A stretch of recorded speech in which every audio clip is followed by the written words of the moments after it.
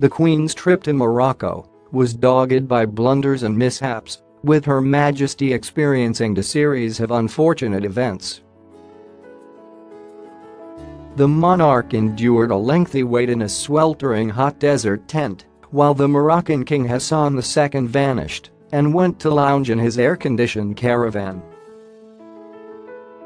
Newspaper reports told how the Queen was clearly very angry, showing signs of displeasure by fidgeting with her bag and hat and tapping her foot.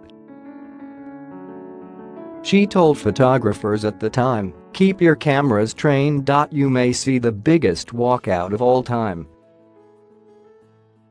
Royal tours to the North African country, where the Duke and Duchess of Sussex will pay a 3-day official visit, have proved challenging over the years.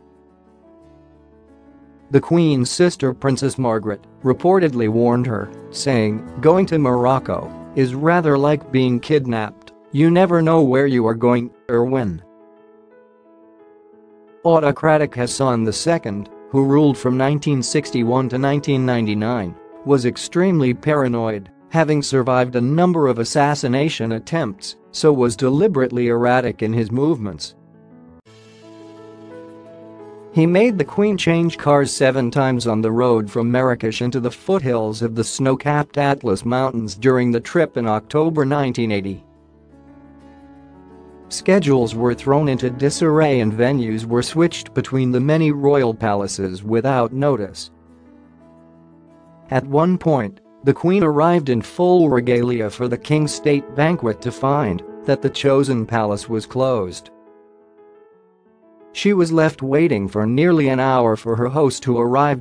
Meanwhile, the Duke of Edinburgh's private secretary managed to arrange for a dry martini to be passed to the Queen through the window of her car, according to royal writer Robert Hardman.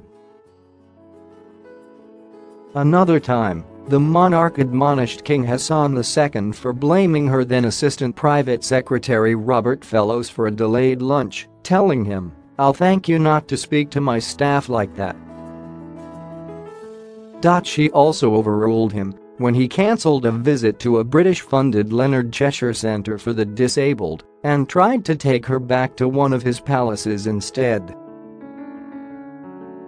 She told the king, "You can stop the car in that case, and I'll go with my security people." She went ahead with the engagement on her own. Newspaper reports at the time told how the monarch entered into a heated discussion with the king when he returned, after leaving her waiting in a sweltering tent. When he disappeared again, she gave a resigned shrug.